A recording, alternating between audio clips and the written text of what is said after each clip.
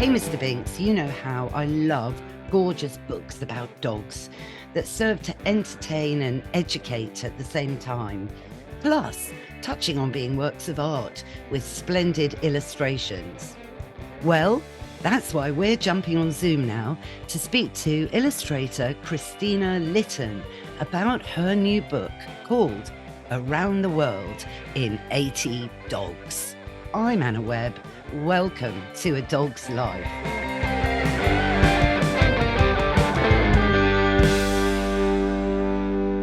Oh, Christina Litton, thank you so much for joining us on A Dog's Life. Oh, thank you for inviting me. No, I'm really thrilled because you're an illustrator, and right in front of me at the moment, I am privileged to have one of the first copies that have come out of your amazing new book that's called Around the World in 80 Dogs. I mean, for me, it was a bit of a dream project, to be honest. I've always loved dogs. I don't actually have a dog, so that is actually why I volunteer at my local rescue. But while they kind of locked down during the first lockdown, they had to make sure that they wouldn't let any illness, and it was kind of like an unknown time of what was going to happen. So I think this was kind of like to get that dog fix back again. I started doing like tons and tons of research about dogs, and that's how we've kind of like ended up here, really. Well, it's absolutely brilliant. I mean, now tell me, is the book aimed at children? I mean, here am I, one of the oldest people in the room, and I absolutely love it. But someone once said to me, Anna, never lose your childlike enthusiasm for life, actually. And it's a mantra I kind of try and maintain. So, I mean, for me, so is this aimed at children? So the kind of format of this non-fiction for kids is quite popular at the moment. I mean, I collect them, so they're not specifically just for children. And I hope that this book particularly will, for dog lovers, they'll still find something that they maybe not read before somewhere. I mean, I certainly found out quite a lot of things that I hadn't known. I mean, beyond breeds, which I kind of think I was quite up on. There was lots of other things that I kind of found out by doing the research on this book. So I kind of hope that it's for adults as well. I mean, as you say, like it's the sort of thing that you would read. It's the sort of thing that I would really like to read, and have liked to read as a child as well. Yeah. No, absolutely. Well, I think, see, the thing is, for me, I think, dogs and learning about dog behavior and learning about the cultural and historical Yeah. connection that we have with dogs, because we're epigenetically, I think, more dog than we actually think we are, is so important at the moment because of what's happening at the moment at government level with the XL bully, Yeah. because that's going to impact all dogs. And for people who are afraid of dogs or, allergic to dogs or culturally not tuned into dogs, this is now a reason for that whole sector to become more knowing about dogs, Yeah. standing away from dogs. So I think books like this are so important, particularly at the moment.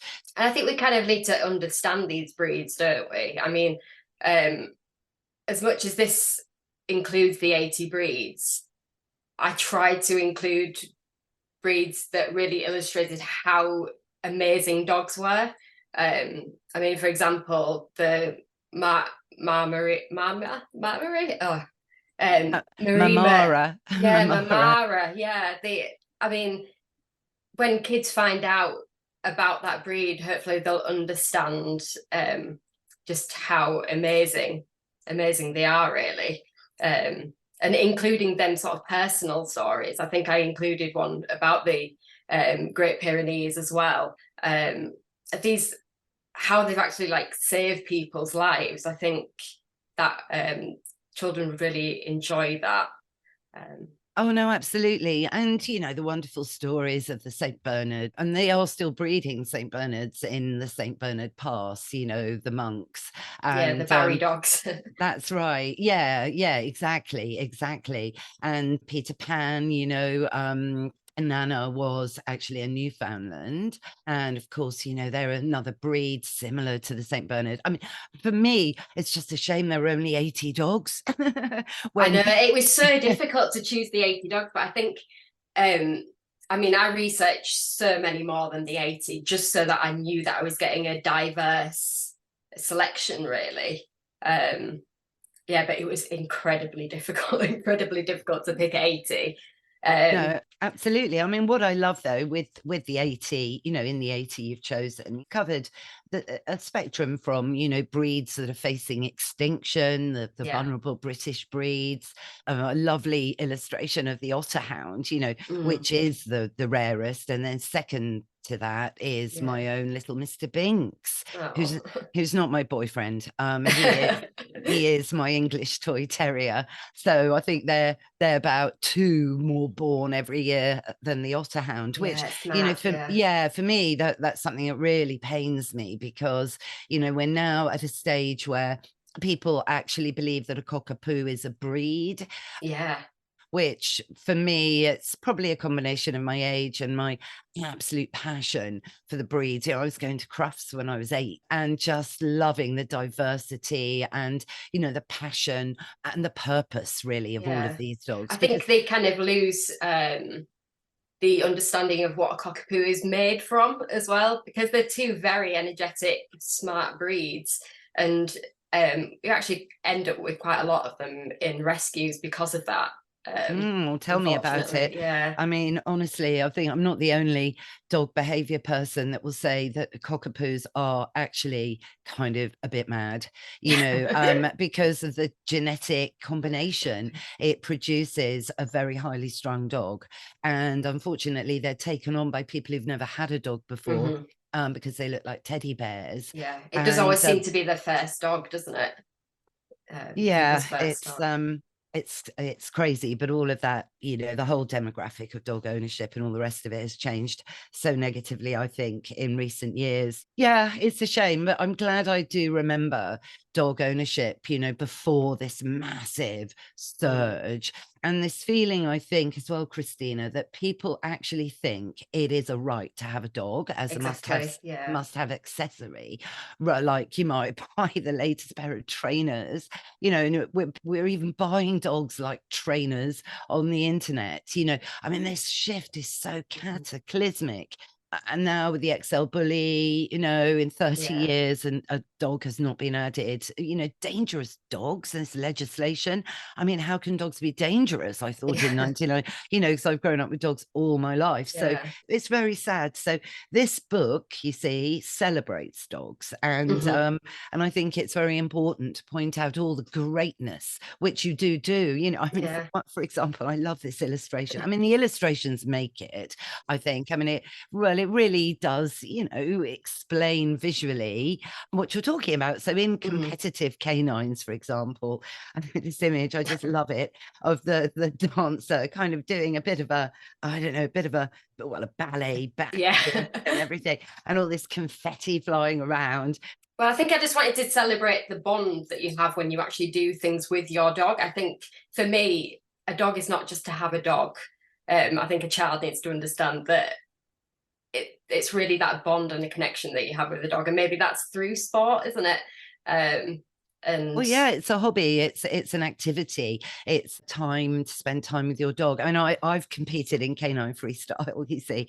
So I absolutely love doggy dancing. For me, that is the most difficult sport to do with your dog, because of the focus and the Mhm. timing and, the desensitization to distractions to get a dance routine, in inverted commas, Mhm. absolutely spot on. I mean, that takes a huge amount of work, I can't tell you, because you're tuning into your dog's natural ability Mhm. to use their nose, to use their paw, to use their eyes, to use their body postures. But it's such accurate communication. Whereas, you know, taking your dog out, which I've also done with my bull terrier Prudence, to find truffles, that actually is so much easier, because Oh, the dog, really? I thought it would be far more difficult. no, not at all, Yeah. because well, you need a dog that's got the Yeah. aptitude to do it. But Mhm. training scent detection works so easy to do because it's so natural for the dog to do it. It's like, you know, some dogs will get it quicker than others, sure. I mean, Prue got it seriously quicker than I thought. I couldn't believe it. And a police dog handler was helping us do it, and he actually said, wow, you know, he For was that like, breed as well, it's quite unusual, isn't it? well, exactly. That's the Yeah. whole point. And, you know, with distractions like a badger set nearby, deer, because we obviously trained in woods, and we don't go to woods that often because we live in Hackney. So the whole thing, you know, she ignored scent of deer, badgers, really near to a badger set we were at one point, and just no interest. It was like, I've got to find where this truffle has Yeah. been put, you And know. that's what you get, that just from having that bond as well, though, don't you? Yeah, With your exactly. dog. So Exactly. And she can find a tennis ball on the Hackney Marshes. She upcycles. I don't think I've ever bought tennis balls, because she just finds those that other people have accidentally lost, you see. So it's great. No, so it's really brilliant. I love it. And you, of course, and segueing into scent work, you've got a whole section on that and the superpower. well, it sort of leads into so many other things, because if Yeah. they didn't have that sort of super senses, then we wouldn't have our medical dogs and allergy detection dogs. So, I mean, it's just that sort of brief introduction of how to understand how they can do all these amazing things. Yeah, exactly. So for someone who, you know, might not like dogs, and then they get this super book for Christmas, because it's such a joy to leaf through.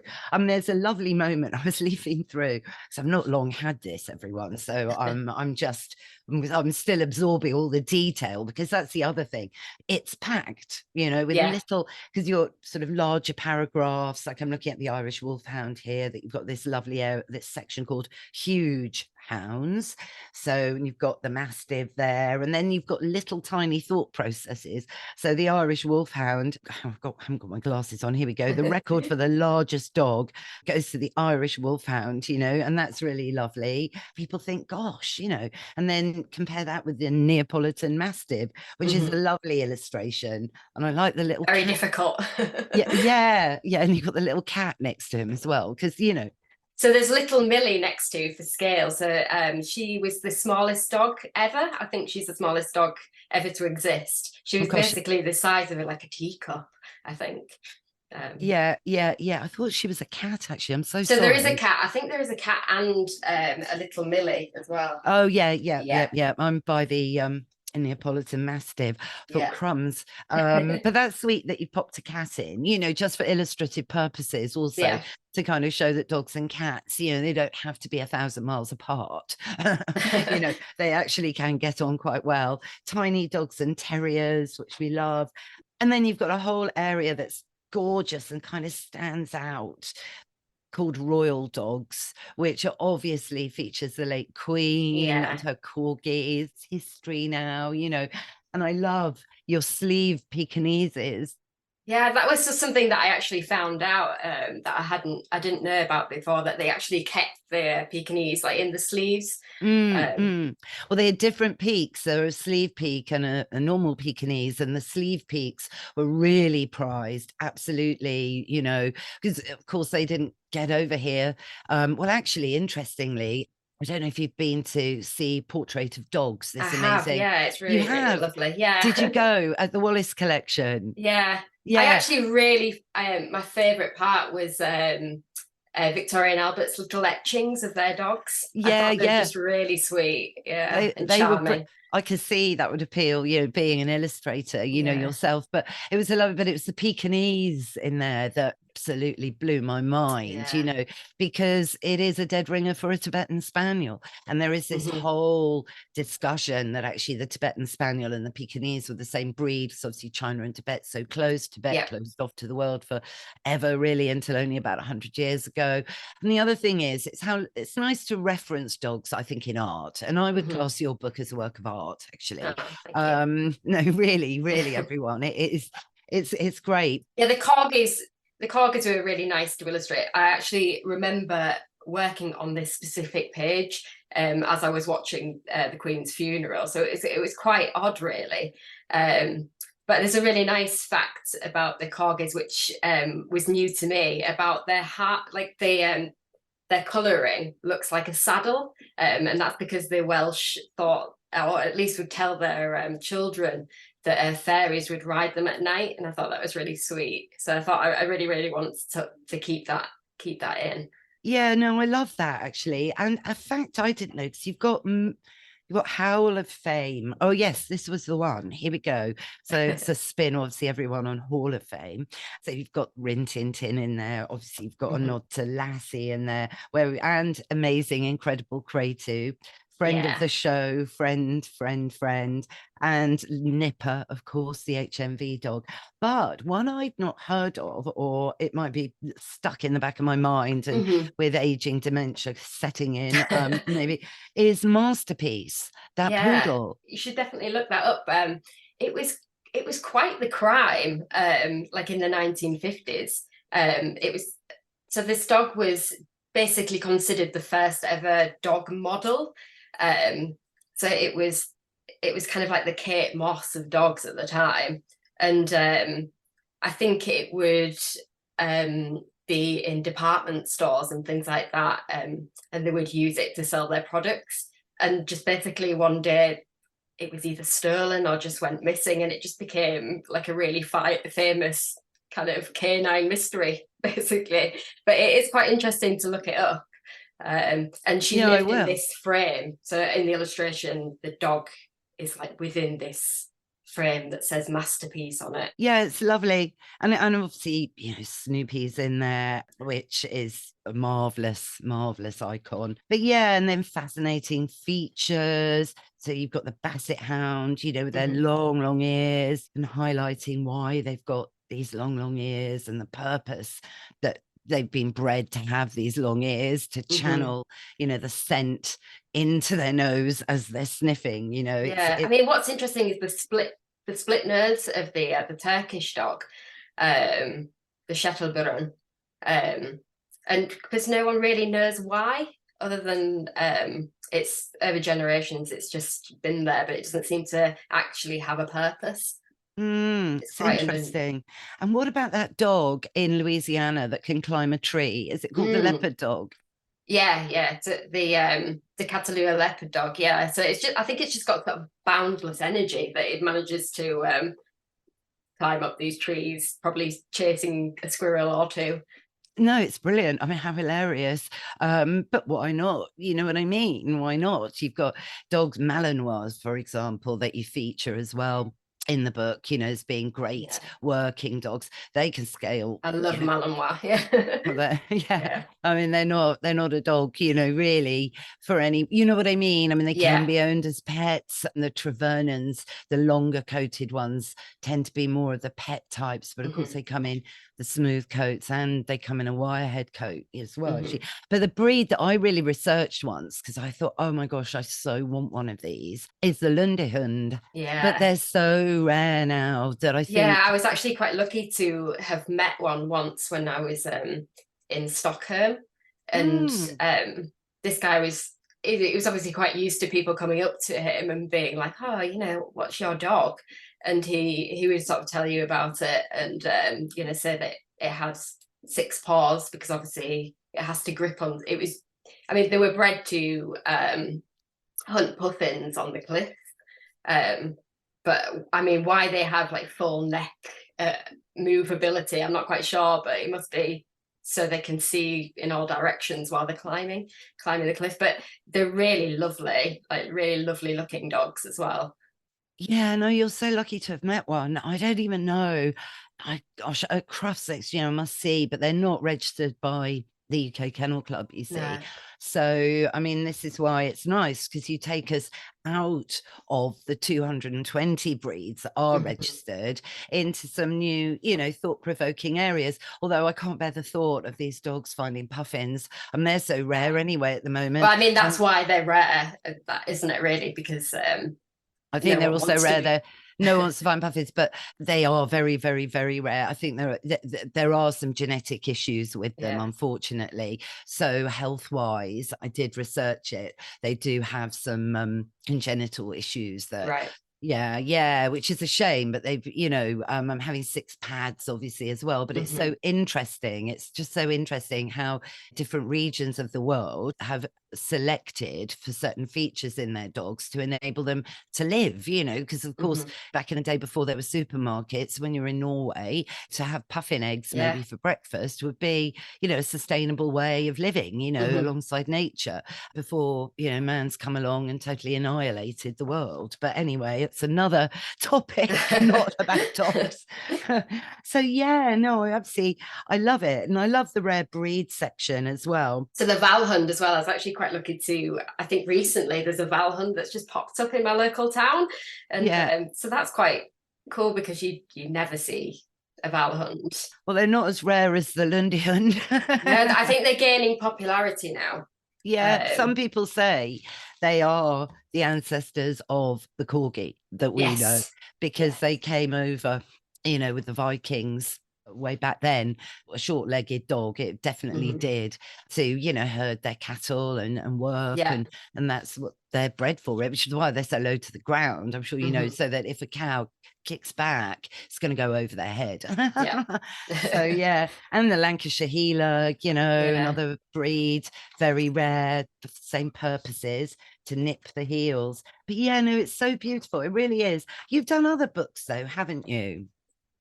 Yeah, so I mainly work on picture books.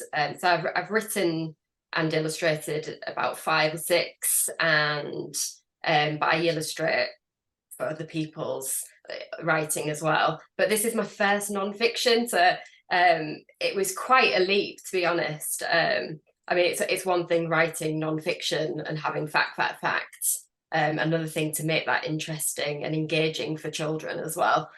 So I hope that I've done that.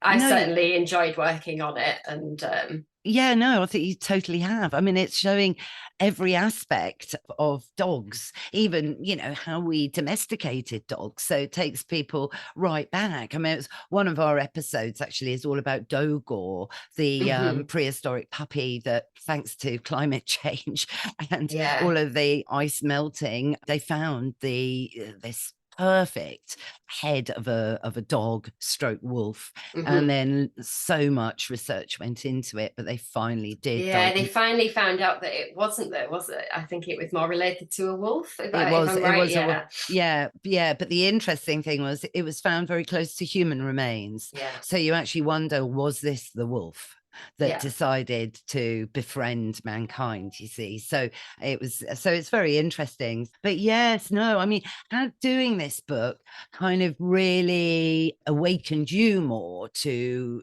the massive capacity of dogs as man's best friend? I mean, I think so. I hadn't actually realized that there was almost 1 billion dogs as well in the world, but only 1% are pet dogs, I think. Yeah, it's true. I think 75% of all of the world's dogs are strays. So, that's something that's quite a sobering thought, really, and it's good these days. There are so many charities like the World at Heart Foundation, Jai Rescue. Yeah. Gosh, Neil recently did a podcast with him. Yeah. And he's gone out to Thailand and he's making massive efforts to, spay and neuter to curb the population, and which it needs to be done, because the dogs do only go on to suffer. So it's not good. We need to curb the population, really. But at home here in the UK, there is so much abandonment going on. There is still so much cruelty and neglect that has never gone away. I learned about that because my dad worked for the RSPCA. So I learned a lot of shocking stories when I was very young, and I couldn't believe it. So this book is just a celebration, really, of the dog that's been beside us for all these years, and hopefully will continue to be beside. And I think it's a very respectful view of it. And as I say, there's this middle bit in the book where I was looking along and I thought, oh no, 2 pages are stuck together. But then explain what it is, because I think for kids this is like great. So the book itself is actually part of a series that my publisher has. And it's called, obviously it's called Around the World in 80. So there's different book called Around the World in 80 Instruments, Around the World in 80 Festivals. So it's really in the center of the book, there is a very large world map showing where each of the breeds come from. So that's why I had to get a really good selection of the 80 as well, to try and include breeds from a wide area. Otherwise, you end up with quite a lot of dogs that are just from Germany and Brussels and the UK, because most of the breeds aren't they, really? Yeah, I mean, well, the Victorian era was kind of the time where loads of breeds were kind of selected to work for different purposes. There's always been, you look back, I mean, there's in the Kennel Club library, actually, they've got some books going back, they're in Latin, and then they've been translated, you know, and Latin was the only language, and then they've been so very old, and they do define terriers, hounds, and working dogs and toy breeds. So we know from that reference, which I don't know what, really old, like 1400 or something, that there were these distinct types of dogs that obviously before that, before books even existed, had been developed for purposes for us to be able to survive, basically, because we would not, as humans on our own, be here today if it hadn't been for the dog. It was the first animal to be domesticated, and we just wouldn't have done it. I mean, even a capitalist world, I always like to say this, you know, we wouldn't be doing this without dogs, because a microphone wouldn't have been invented, because capitalism wouldn't have been invented. And sometimes I think, you know what, yeah, we're not respectful enough to dogs, really, or give them the real due that they totally deserve. So hence I love this book, because it does do that. Another area that I like in this book that you've really picked up on, because it's like loads of little nuggets, okay? So you've got one, do dogs have a sixth sense? Which I have to say is my favorite subject in the world. So everyone tune in to episode 1, please, of A Dog's Life at this moment to learn about a dog's sixth sense, which Dr. Rupert Sheldrake has really harnessed, obviously, in his belief the paranormal is normal. I mean, I definitely listened to that episode because it made me think about how they have these senses beyond, you know, the main senses that we have. They just have this like unexplainable sort of bond on knowing. Well, it's also perhaps the thing, as Rupert says, you know, that we have got, but unfortunately we've lost it. Okay, yeah. Well, because, you know, there's evidence of tribes in the middle of the Amazon where they don't have mobile phones. You know, they'd go and kill a wild pig or something, you know, but that would be too heavy to bring back to their little village.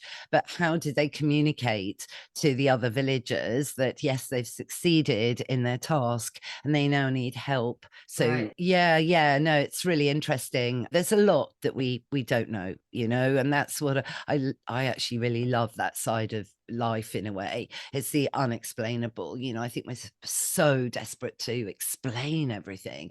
It's like, really, you know, can't we have some magic in our lives a little bit and just kind of accept things as being, rather than tearing everything apart sometimes? But yes, dogs and the sixth sense, I mean, that's so important to put in there. So I really can't fault this at all. And how they've sort of just learned so much from our way of life as well. I mean, that page itself talks about the stray dogs in Russia using the public transport and actually sending specific dogs to the center of the cities because they know that the sort of cuter, younger dogs would actually be given more food. And it's like, how do they, you know, learn that sort of thing? But over time, I guess they just do. I mean, it's pretty incredible, really. I know, no, it's amazing. I did that documentary. I did watch that. That was utterly extraordinary. But it's survival, you know, and they combine, you know, watching, learning, smelling, their sense of smell, which is so incredible, you see. And we can't even begin to appreciate it, because we haven't even got a chamber in our brains that dogs have to store absolutely every single scent they've ever smelt. And then, of course, it's only recently we know that dogs have episodic memory, so that they can connect a scent to a memory, a context, which was once only thought capable by humans. So that was 6 years ago, some Danish scientists discovered that. I found that very interesting because, I mean, as Rupert says, Rupert Sheldrake says, hardcore scientists, are still fairly dubious as to whether dogs have emotional intelligence. Yeah. Well, I actually fought to keep the Sixth Sense in a little bit because I had listened to that episode, and I'm like convinced myself that, dogs are just incredibly sort of powerful beyond our knowledge, really. So I did have to actually sort of say, I really want to keep that in, because there is new science out there, or if you can call it science, that, almost sort of proves that, or sort of shows existence of that. Yeah, well, I mean, in China, they actually use dogs to predict when, in zones where they have earthquakes quite a lot, regions of China, for a long, long time. They don't anymore, but they would have dogs as sentinels, really, specifically to alert to an impending earthquake. And and you listen to the episode with Rupert, so in the tsunami of, I think it was 2005, there were no animals found washed up ashore.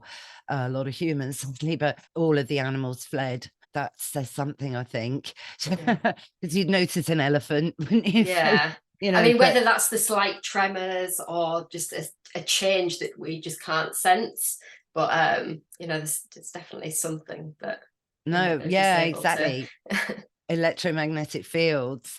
No, it's brilliant, and luckily, no animals did die in those tsunamis, which is very good. So no, thank you for doing this book. No, it's brilliant, Christina. So, I mean, I'd say if you're thinking about a Christmas present for someone who loves dogs, even if they don't love dogs, but they love books, and you want to encourage some reading and learning over the festive period, then this is it. Thank you very much, Anna. Thank you. So where can people buy it? So basically anywhere that you would normally buy your books from. Obviously, independent bookshops will order it in for you. High street bookshops, and obviously you can get it online as well. But it's always good to support your independent bookshops. So yeah. No, absolutely. No, I really think it's a lovely collectible piece and hardback, and the illustrations are just gorgeous, and obviously a huge amount of thought and skill and creative flair's gone into this. Thank you very much, Christina. Thank you very much, Anna. Thank you. That's our show, Mr. Binks. What did you think?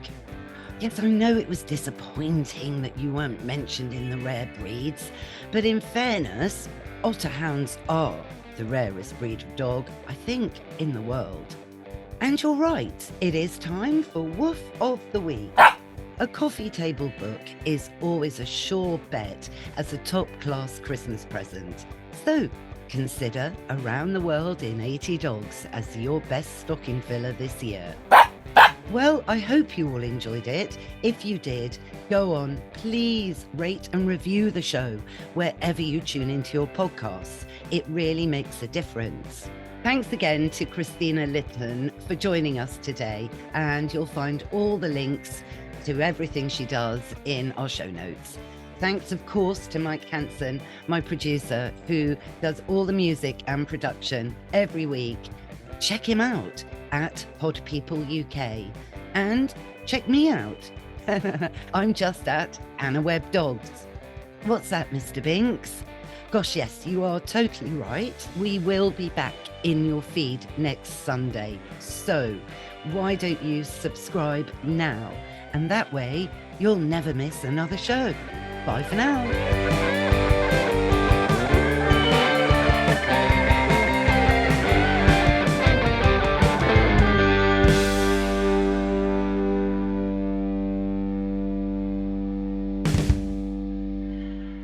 Pod People.